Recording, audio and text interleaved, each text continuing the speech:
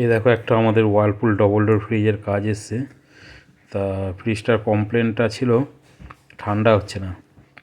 তা আমরা নেক্সট ভিডিওতে দিয়ে দেবো এই ফ্রিজটা কী করলাম না করলাম। তবে প্রবলেম হচ্ছে বডি কন্ডেন্সারটা লিক আছে, এটা আউটসাইডে কন্ডেন্সার লাগবে, লাগিয়ে গ্যাস চার্জিং করব।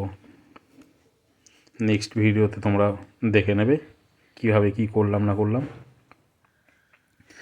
পারলে পরে চ্যানেলটা সাবস্ক্রাইব করে রেখো।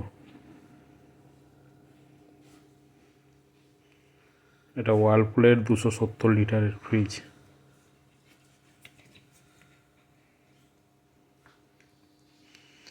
এই কুলিং কয়েল সাইডটা, এটার লিক নেই, বডি কন্ডেন্সারটা লিক আছে।